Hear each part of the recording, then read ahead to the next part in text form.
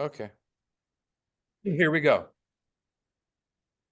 Hello and welcome to Pathways, where you are invited to join me for a visit with leaders in personal development and cultural evolution. This is your host, Paul O'Brien. There is an extraordinary range and diversity of sexual thoughts, feelings, and behaviors. Examining sexual customs, practices, and identities from a wide variety of perspectives, today's guest on Pathways shares the results of his fascinating interviews with 20 experts, including sex therapists, relationship therapists, and tantric sex teachers. Our guest today is Dr. Richard Lewis Miller, author of the book, Freeing Sexuality, Sex Workers, Psychologists, Consent Teachers, and Polyamory Experts Speak Out. Richard has been a clinical psychologist for more than 50 years. He's the host of the podcast Mind, Body, Health, and Politics, the founder of the nationally acclaimed Cokenders alcohol and drug program and the Health Sanctuary at Wilbur Hot Springs. He is a former faculty member at the University of Michigan and Stanford University and an advisor on the President's Commission on Mental Health.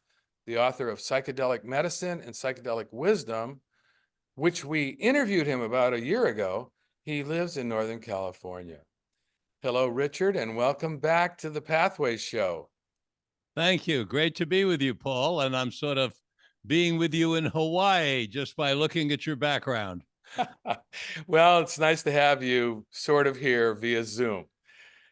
Now, these days, along with all the ghastly events in our world, you point out in your book, which was fascinating, that we received a magnificent gift, which is getting immense pleasure from sexual activity. I thought, oh my God, this is so sex positive, it feels foreign, and then you go on to write, if there is heaven on earth, it resides in ecstatic pleasure anchored in authentic intimacy with another person. It can even be achieved through healthy, shame-free solo release. So this is going to give us a lot of fruit for conversation here. I love your orientation. Now, you wrote your intention in creating the book was to make a contribution to freeing sexuality from its historical place as a weaponized force. How has sexuality been weaponized? Sexuality has been weaponized going back in all of recorded time against women. Sexuality has been used to keep them down, to keep them owned, to keep them as chattel. Women have been suppressed in their sexuality throughout all of time.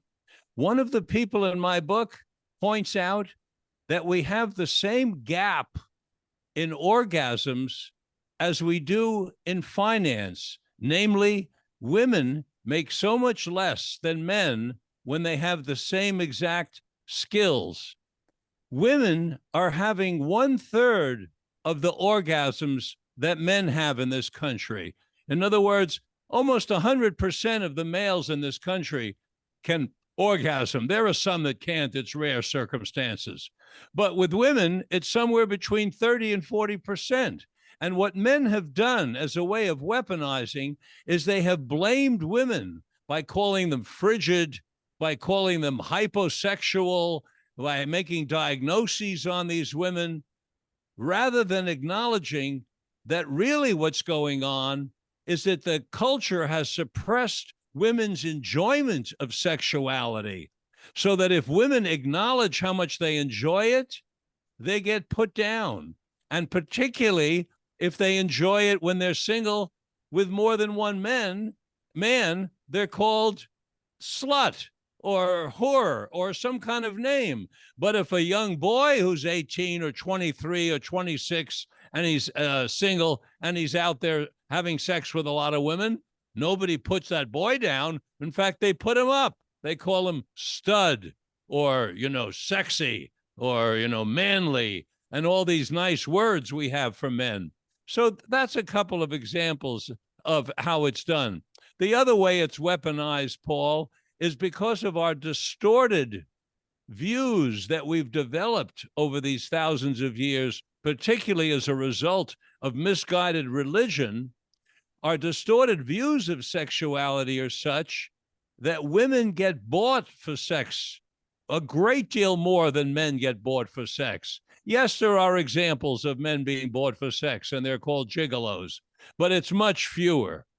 And women are not only bought for sex, but as we well know, they are trafficked around the world. Women are taken from some countries and sent to another country, and the person who receives them gets all their passports. So basically, he has them as slaves when they show up because they can't go anywhere. He's got their passports, and they're in a country they've never been in before, and they don't even speak the language. So they're totally dependent on this person. Okay. Well, that's another way. You know, I think, I don't know if it's worth pointing out. Of course, sex trafficking is horrific, and there's no justification for the abuse of the dominant patriarchal paradigm. But I would submit that women have a lot more at stake when it comes to sex, particularly historically. I mean, they can get pregnant, they're more likely to get an STI than a man, and they have a way less testosterone. So I think they might be naturally inclined towards being less orgasmic. Do you think there's anything to that? Not whatsoever. We are made, not in the slightest. We are made equal. The only thing that's not the same is the size of the external genitalia. Our penis comes outside of our body, and it has nerve endings on it. So if you touch us anywhere on the penis, it's fun and exciting, although there are parts of it that are even have more nerve endings, which is the tip of it, and that is even more exciting. Whereas in the female case, the excitory organ, the clitoris, has only a small part of it that's outside of the body. But what men have been doing for years and years, even the medical doctors and the people who study anatomy have been relating to the clitoris as if it's just this little tiny thing that sticks out of the body. But as it turns out, that an Australian Australian medical doctor, Helen McConnell, proved to the world some years ago, the clitoris isn't just this little thing that sticks out. The clitoris is actually a long wishbone shaped organ that goes deep into the vagina and goes along the sides of the vaginal walls. And so if you actually measure from the base of the clitoris to the tip of the clitoris, it's longer than the average male's penis. But that's not what the cultural belief system is, and that's not what has been spread. What's been spread is, well, yeah, because they have this little tiny thing, and if you don't touch it, that's why they don't come. Oh no, I wasn't disputing any of that. I was just submitting the idea that women have more at stake. They have more of a risk factor when it comes. Well, they may have more of a risk factor in terms of getting pregnant, but there's no relationship between the risk of getting pregnant and having an orgasm. And there's no relationship Well, between the risk. if it makes you nervous, there's a correlation, perhaps. Well, that's true. But nowadays, since we have birth control pills, we've really ripped that one apart. So Right. that's not the case anymore for decades. Right, It's really cultural suppression. Women are not seen as allowed to have a lot of sexual fun. Yeah. I mean, Well, I understand. And you make the point in the book that shame and sex are so intertwined that it's almost impossible to separate them. And I think this applies to men too, particularly people who grew up in a Christian fundamentalistic type of environment like me, where I was taught at a very young age that the worst thing I could do is masturbate. So, it wasn't that great for me either. The shame. When I was a little boy, we were told that if you masturbated, it made hair grow on the palm of your hands. Right. And after a while, all of us noticed that there was no hair on our hands, so we knew we were being lied to. Yeah, well, that's good. That's lucky for you that you didn't believe in a God that was watching you all the time and judging you. Well, I don't want to go that far because there was plenty of guilt, just like you're pointing out. Right. In fact, I think the force of religion is so strong, and the belief system that there should be no sex before marriage, which is the belief system of the Jews and the Christians and of the Islamicists, the major religions, Right. it is so strong that I believe that even those of us who have freed ourselves up from religion still have a little lurking in the background when we have sex before marriage. Maybe we're doing something wrong. Right. Maybe. Suppose they're right, and we're going to go to hell for this. Right. Right. Yeah. No. Yeah. That's incredible. So, how did you decide who to interview in the book? I mean, you interviewed 20 people, all of them women, and it was a fascinating collection. How did you decide? Well, like so many things in life, you do it through relationships and connections. So the three, what I call sexperts, meaning PhDs in human sexuality, um, Lonnie Barback, Stella Resnick, and Janet Hardy. These are people I know. In fact, I was married to one of them, Stella Resnick. And Lonnie Barback is a very close friend of mine, and she was married to my dear friend who departed, David Geisinger. And Janet Hardy, of course, is a known person in our field because of her work, The Ethical Slut. So that's how that happened. Now, years ago, many years ago, a woman named Margot St. James worked for me very briefly. Right. Margot St. James was a madam at one time. She also ran for city council in San Francisco and the Board of Supervisors. But Margot started an international union called Coyote, which stands for Call Off Your Old Tired Ethics. It's the prostitutes union. So I was connected early on to prostitution and how they're put down and how terribly prostitutes are treated, because Margot really taught me, when I was very young. I was in my late 20s when she worked for me at my clinic in San Francisco. And she really taught me just how poorly these sex workers are treated. So I had that in me. So when I was writing the book, I contacted the president of Coyote, Norma Jean Almodovar. And Norma Jean is in the book. And then, of course, she introduced me to some prostitutes. So we introduced some former prostitutes in the book, who then, some of whom went on to get PhDs and become advocates for working women. And then, of course, there's Annie Sprinkle. Annie Sprinkle is a giant in the field of human sexuality. Annie Sprinkle is a former prostitute, a former sex worker of all kinds, a former porn star who went on to get a PhD in human sexuality and became a teacher and an activist and a movie maker and an author, all of those things. She's a remarkable person.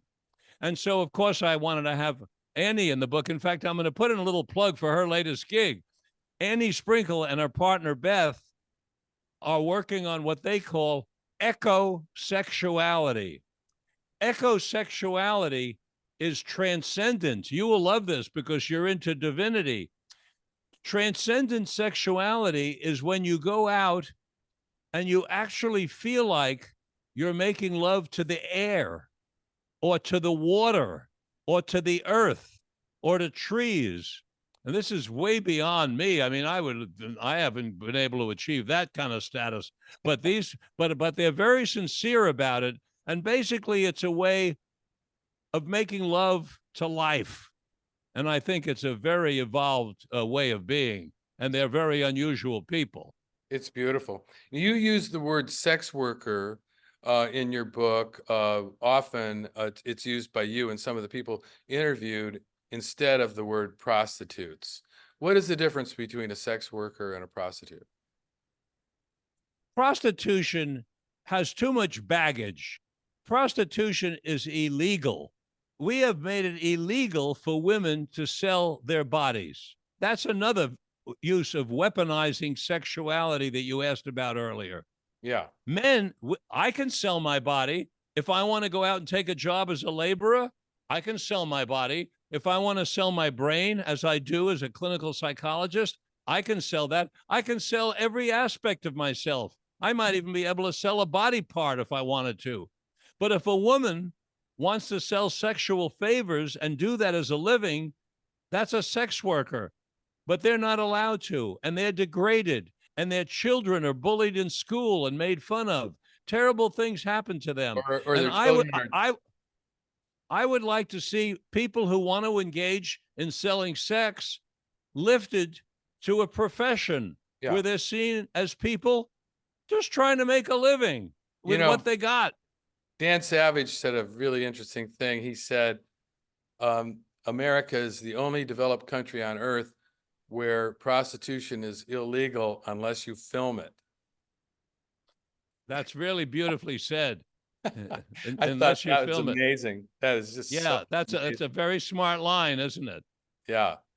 Now, But there's America again. And there's things I'm just ashamed of because I believe in America. I'm a student of the American Revolution, and I love the founding fathers. And I'm so ashamed of us doing some of these things, like continuing to make women who are sex workers, put them in jail and illegal. It's just unacceptable. They're just people trying to make a living. That's all they're doing. you say the majority of us in America suffer from hypocrisy-induced neurosis and what you call post-traumatic sexual stress disorder. Can you define those? Oh, thank you so much of asking about that. Hypocrisy-induced neurosis. You get these preachers and these congresspeople, hellfire and brimstone against gays, screaming their heads off. It's against the Bible, and getting all these tens of millions of people to follow them. And then the very same people are caught in a men's room giving a blowjob to some guy in the next booth. The very same preacher is caught in the worst part of town taking methamphetamine and hiring sex workers. That is hypocrisy. And when leaders do that, Donald Trump, for example, his wife, Melania, gorgeous woman, is in the hospital giving birth, and he's somewhere in Los Angeles fucking Stormy Daniels. That is hypocrisy. 17 women, when he was running for office, came out and claimed that he accosted them sexually. And this is a leader. So when leaders are hypocrites, it makes the followers' minds shake. What does it mean? They're telling me not to do this, and this is what they're doing. They're screaming against these people, and they're acting like those people. That makes people neurotic. And that's what I call mass hypocrisy-induced neurosis. Right. Now, you asked about the other one, post-traumatic sexual stress disorder. Well, we touched on it a few minutes ago, Paul. When you're taught all your life that if you have sex before marriage, you're committing a sin, and then 95% of the public nowadays, we have the data, are having sex before marriage, they're traumatized in some way. They know they're sinning. And that's not, and what a terrible thing to have 95% of the public somewhere lurking in the back of their mind, the belief that they're doing something against their own religion. Right. Talk about that creates, that's traumatizing to people. Is it any wonder that 72% of our country now, Paul, are obese or overweight? I think the obesity epidemic is partly a result of this hypocrisy-induced neurosis and the post-traumatic sexual stress disorder, because people are eating to cover up their guilt and their bad feelings and their discomfort. It's not the only reason they're eating, but it's a very big contributing factor. That's a beautiful point. That's a strong point. Let's talk about monogamy. You have some of these people that you interviewed in the book have a lot to say about that. One of them said, myth number one is that long-term monogamous relationships are the only real relationships. And that's, in our culture, that's the default assumption, and you're bad if you don't do it. What is your opinion on that? again, another totally misguided concept set up by religion. Human beings are not coupling animals. If you go back way in our history, human beings are tribal. It's too dangerous to be a coupling animal. When we came out of the caves and started going out into the world, two people couldn't make it. There'd be no way in the world two people couldn't make it. They couldn't. So what did they do? They banded together in little tribes. And then the men went hunting together, and the women took care of the food and the fire together because they weren't as physically strong, but they were smart. And so little tribes formed. And I believe that human beings, we have got plenty of evidence, are tribal animals. And we have been misguided into believing that we should live two people in a little thing called an apartment or a little thing called a house, and then have our children and be able to sustain ourselves. It's not sustainable. It's not sustainable emotionally, and it's not sustainable economically. And so part of what's driving people to get back together in little tribes is the financial aspect, because it's just too darn hard for couples, a young couple in their 20s. So what's happening, Paul? People are waiting longer and longer to get married. Why? That's economics. They can't afford it. People are staying in their home longer. People are graduating from college and moving back in with their parents. That's economics. And when they're getting to, and so there's a movement on now to living tribally in little groups, and some of them are having sex with more than one person, which is called polyamory. Yeah. Some of them are living in groups where they're intimate with more than one person, but it's not sexual. That's called polyaffective, meaning they're having poly-emotional relationships with other people, but only having sexual relations with one other person, but they're still living in what's called a polycule or a little tribe. And 5% of the United States right now, Paul, are polyamorous, but 30% of the United States are thinking about it because they're realizing, as you well know, and all your listeners know, more than 50% of the population that get married get divorced. Well, ask your listeners, how many things in life would you bet on if you had a 50-50 chance of losing? How many operations would you let a doctor do on you if 50% of the time you'd end up dead? I don't think so. How many times would you? I don't know how many times I would drive into town if 50% of the time I was going to have an accident. Well, 50% of the marriages fail.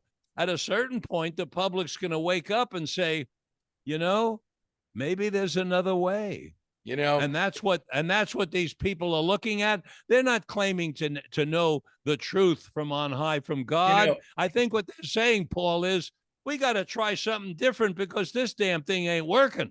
Right. I heard the argument. I think it was made by the fellow who wrote Sex at Dawn, which is a brilliant book. And he said, if monogamy was natural, why would we have to have such serious penalties for violating it? You know, it's sort of like, why would we have to work so hard to maintain it? And he points out that it's kind of an artifact of the invention of private property, which happened after we moved out of the nomadic tribal culture into a village and where agriculture, where you got to store up possessions, and the invention of private property. You know, this is my stuff, this is your stuff, we got to protect my stuff, I got to have some weapons. Oh, and women need to be protected and children need to be protected. So women became property, and it was all governed by the 1% who are like, you know, making the rules, and they're, you know, it's just fascinating how we got into this situation where people are so stuck. You know, I know a lot of people that can't afford to get divorced. You know, they've been married for 35 years and it's kind of outlived it's not really that of vital a relationship anymore, but they can't afford to leave for economic reasons, like you're pointing out. Well, now you're talking about something that's near and dear to me, Paul, and that's economics, because I believe that the root of all evil on the planet, the one biggest contributing variable to the problems of the world has to do with capitalism, Yeah. because intrinsic in capitalism, built into the capitalistic method, is that a very few are going to end up with everything and everybody else is going to end up with hardly anything, splitting it up. Yeah. And that is not, in the long run, a sustainable method of having a financial system. And people say, well, but we've been doing it for so long. You know, so long is only so long in terms of each of our little lives' history, which is somewhere like 60 to 100 years. But in Earth years, 2,000 years of development is nothing. Right. Absolutely nothing. It's just like a little tiny speck, a molecule in a microscope, right? It's a blip, right? And this method is going to have to go. I was hoping I would see alternatives in my lifetime to capitalism, but we really haven't seen any, because the things like communism that they claim in Russia and China are not really communism. They're really some form of gangsterism. They're just flying ideological flags as a way of running a cartel. The closest we have are the Scandinavian countries. Right. And we ought to, and the world should be looking to the Scandinavian countries, because they have the happiest people on the planet. They have the least fearful people. Do you know that, Paul? They have the least fearful people. And they also have planet. the greatest, they also have the greatest equality of political power and representation, with women in office and things like that. And my God, there's so many things, there's so many directions we could take this conversation, but we've run out of time. We've run Oh, my word. Wow. I know. And I want to do this again, Richard. It's been so great having you on the show. I really appreciate it. And I want to make sure to tell our listeners about your website, which is mindbodyhealthpolitics.org. That's all one word, mindbodyhealthpolitics.org. Thanks, Paul. Yeah, you're so welcome. Thank you. And I hope your listeners will take a look at my book, Freeing Sexuality. I think it's worth a look. Definitely, definitely. I want to support that idea.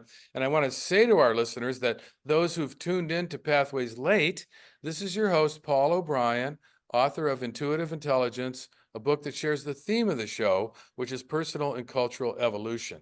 Now, don't worry, you can play and or share this interview whenever you want via the internet or as a free podcast, and I'll tell you how in a minute. Today, we've been visiting with Dr. Richard Lewis Miller, author of Freeing Sexuality, Sex Workers, Psychologists, Consent Teachers, and Polyamory Experts Speak Out. And we've barely scratched the surface of this book, folks. I really encourage you to check it out, because it's quite an educational read and really enjoyable. And I want to say thank you to all of you listeners for tuning into Pathways, which is broadcast and streamed on the internet at www.kboo.fm every Sunday morning at 8:30 USA Pacific Time. And even better, podcasts of today's show, which you can listen to and forward to others, are available for free at divination.com. And that's spelled DIVI nation.com, as well as via iTunes, Paulo's YouTube channel, and other free podcast servers. So this is Paul O'Brien reminding you to tell your friends about Pathways Radio and podcasts. And thanks again to Dr. Richard Lewis Miller and to all of you listeners for tuning in and being a part of the Pathways conversation.